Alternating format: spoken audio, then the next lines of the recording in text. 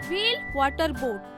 करसा नाम के गांव को लगकर एक नदी गुजरा करती थी। नदी का पानी आए दिन ऊपर नीचे होने के कारण सड़कें डूब जाया करती थी।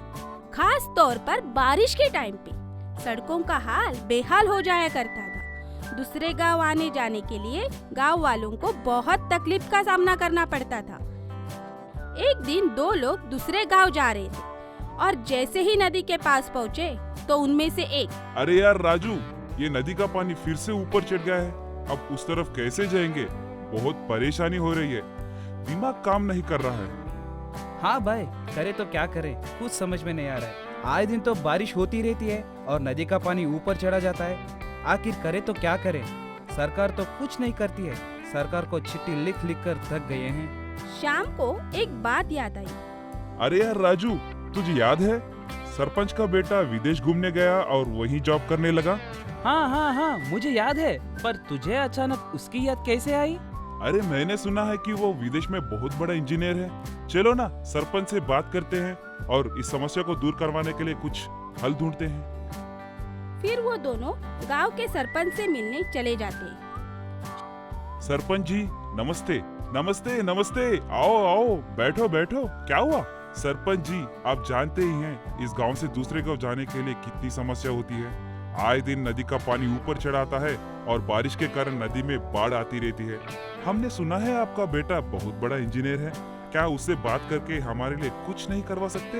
अरे भाई, मेरा बेटा अलग टाइप का इंजीनियर है। वो गाड़ी वगैरह बनाता है। वो सिविल इंजीनियर नहीं है जो हमारे गांव से दूसरे गांव जाने के लिए पुल बना दे। लेकिन सरपंच जी, कुछ ना कुछ हमारी समस्याओं का समाधान करने के लिए मदद तो करेगा ना? ठीक है, मैं आज ही उसको फोन करके बात करता हूँ। उसके बाद सरपंच ने अपने बेटे को फोन लगाया और कुछ ही दिन में सरपंच का बेटा टेक सिंह नदी के पास रुकता है और नदी में देखने लगता है। तभी शेष नारायण और कुछ लोग टेक सिंह को देखते हैं और उसके पास जाकर पूछते हैं, साहब, आप कौन हो? आपके पहले कभी यहाँ नहीं देखा। अरे मैं सरपंच का लड़का हूँ जो विदेश में जॉब करता हूँ। मैं बहुत बड़ा इंजीनियर हूँ। ओह, टैक्सिंग भैया। You fool! Don't call me taxing. Call me tax. Just tax. क्या बोले टैक्सिंग भैया? हमें कुछ समझ में नहीं आ रहा है। अरे मूर्ख, मुझे टैक्सिंग नहीं टैक्स बुलाओ, जस्ट टैक्स। अरे भैया, आप विदेश से कब आए? मैं अभी कुछ टाइम पहले आया हूँ। मैं अभी घर पर नहीं गया हूँ, पहले गांव की समस्या देखने के लिए आया हूँ। चलो अच्छा है, चलो आपको आपके घर तक पहुँचा दे। सभी लोग सरपंच के घर पर जाते हैं। Tek Singh, hi dad, what's up? क्या बोल रहा है रे? नमस्ते बोल रहा हूँ डैड। तो सीधे सीधे प्रणाम बापूजी नहीं बोल सकता है? Just grow up dad. विदेश में सब अपने बापूजी को डैड बुलाते हैं।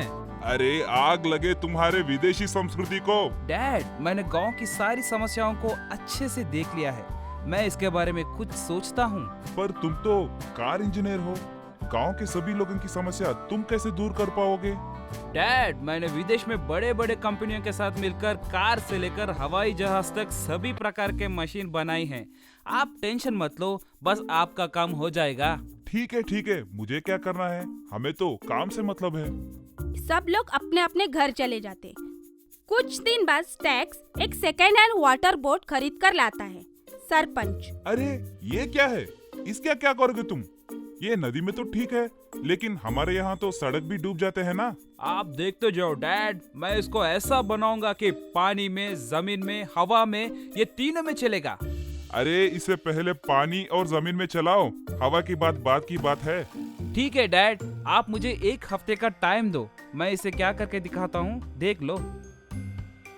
दिन रात एक करके उसको व्हील वाला वाटर बोट बनाता है जिसको सड़क और पानी में दोनों में चला सके। एक हफ्ते बाद, अरे ये क्या बना दिया तुमने? डैड, ये ऐसा बोट है जिसे आप जमीन और पानी दोनों में चला सकते हो। टैक्स लोगों को बुलाकर लाता है। गांव वाले व्हील वाले वाटर को देखकर बहुत हैरान हो जाते हैं। बहुत खूब भैया, बहुत अच्छा लग रहा है। तुम लोग क्या समझ रहे थे मुझे? बेटा, इतनी तारीफ कर रहे हो तो इसे चला कर भी दिखाओ ना। टेक सिंह, ठीक है, चलो बैठो।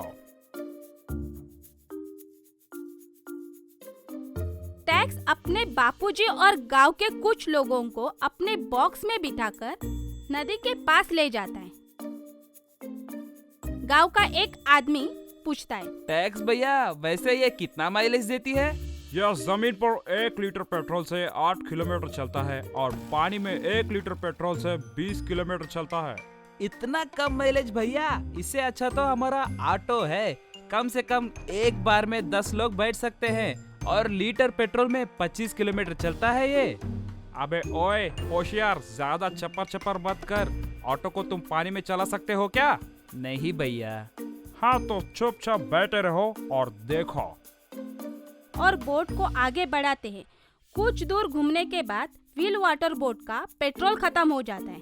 अरे ये क्या, इसका तो पेट्रोल खत्म हो गया है। इतना जल्दी? हाँ डैड, हमने पहले ही कहा था कि आपके बोट का माइलेज बहुत कम है। टैक्स तुरंत उसको देखकर घूरता है और वह आदमी चुप हो जाता है। कुछ समय बाद बोट धीरे धीरे डूबना शुरू हो जाती है। सभी लोग, ये क्या हो रहा है, ये क्या हो रहा है, भागो भागो। सभी जल्दी जल्दी तैरते तैरते किनारे पर आ जाते हैं, पर टैक्स को तैरना नहीं आता है। टैक्स वहीं पर डूबते हुए नाव के सहारे अटका हुआ रहता है। तभी सरपंच किनारे से कहता है, जाओ एक लकड़ी की नाव लेकर आओ और उस मूर्ख को बचाकर लेकर आओ, जाओ। एक आदमी जल्दी से लकड़ी की नाव लेकर आता है और टैक्स को बचाकर वहाँ से लेकर आता है। बाल बाल बच गए डैड, नहीं तो आज मैं मर जाता। वाह रे, गजब का इंजीनियर है तू। तुझ जैसा इंजीनियर तो मैंने आज तक नहीं देखा है। तू सिर्फ बात का ही इंजीनियर है। आज देख लिया है मैंने तेरा इंजीनियरिंग। ये बनाया है, जब तुझसे नहीं हो पाता तो पहले ही मना कर देता। पर डैड, मैंने तो बहुत कुछ बनाया है। चुप कर, देख लिया तेरा इंजीनियरिंग। और सरपंच ने अपने बेटे को खूब डांटा। ये सब गांव वाले देख रहे थे और मुंह पर हाथ रखकर हंस रहे थे। किसी की भी हिम्मत खुलकर हंसने की नहीं हुई। सब लोग मजे ले रहे थे। दोस्तों, तभी तो कहते हैं जिसका काम उसी को साजे, नहीं तो डंका बाजे। अगर आपको कोई चीज बनाना नहीं आता है तो मत बनाओ, नहीं तो खुद डूबोगे और दूसरों को भी ले डूबोगे। आपको हमारी ये कहानी कैसी लगी, हमें कमेंट बॉक्स में जरूर बताएं। और यदि आप ऐसी ही और भी कहानियां सुनना चाहते हैं तो हमारे चैनल को सब्सक्राइब करना ना भूलें। शुक्रिया। Comedy story. एक बार डॉक्टर राजेश हॉस्पिटल में बैठे हुए थे। इतने में एक पागल राम जी वहां आकर डॉक्टर साहब से कहता है, डॉक्टर साहब, मुझे कुछ भी याद नहीं रहता, सब भूल जाता हूँ। तुम कहाँ से आए हो? तुम्हारे दोस्त और रिश्तेदार कहाँ हैं? तुम रहते कहाँ हो? मुझे कुछ भी याद नहीं है सर। ठीक है, तो फिर तुम मेरे साथ मेरे घर आओ, हमारे साथ रहो। तुम्हारा पागलपन जब तक ठीक नहीं हो जाता तब तक। ये कहकर डॉक्टर उसे अपने घर ले जाता है। डॉक्टर की पत्नी ललिता इस तरह से कहती है, क्यों इस पागल को हमारे घर ले आए? जैसे ही इसका पागलपन ठीक हो जाएगा ये यहाँ से चला जाएगा। ठीक है, रहने दो। अच्छा, कल हम पिकनिक जा रहे हैं ना, तो क्या इस पागल को भी लेकर चलेंगे? चलेंगे। इस पागल को कोई भी प्रॉब्लम नहीं है, इसे कुछ भी याद नहीं रहता। ठीक है। अरे राम जी, वो सारे फल लाकर गाड़ी में रख दो, हम पिकनिक जा रहे हैं। ठीक है सर जी। राम जी सारे फल लाकर गाड़ी में रख देता है। अरे क्या रे राम जी, ये क्या किया तूने? मैंने तुम्हें फल रखने को कहा था, ना कि नारियल। आपने खाने की चीजों को कहा था ना, ये भी तो फल ही है। नहीं नहीं, ये सब निकालो बाहर। जो पिकनिक के लिए चीजें जानी चाहिए वही रखो।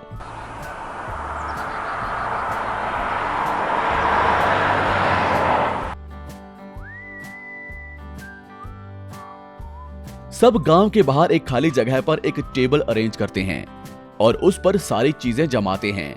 तब डॉक्टर राम जी से इस तरह कहते हैं, ओ राम जी, हमें खाने के लिए कुछ दो।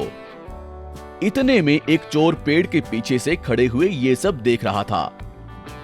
वो भूखा था। वो चुपके से आकर उनके टेबल के नीचे बैठ जाता है। ओ राम जी, मुझे पूरी ला कर दो। ये लीजिए साहब जी। ये कहकर राम जी पूरी लाकर डॉक्टर को देता है। क्यों रे राम जी, एक ही पूरी लाया है, सब्जी लाना भूल गया क्या? ये कहकर डॉक्टर पीछे मुड़कर देखता है। लाता हूँ साहब जी। राम जी पूरी लाने जाता है। इतने में चोर टेबल के नीचे से पूरी निकालकर खा लेता है। अरे, ये पूरी कहाँ गई? पता नहीं साहब जी। ठीक है, चल सेब रख यहाँ पे। जी साहब जी। राम जी सेब टेबल पर रखता है। डॉक्टर पीछे मुड़कर देखते हैं, चोर सेब निकाल कर खा लेता है।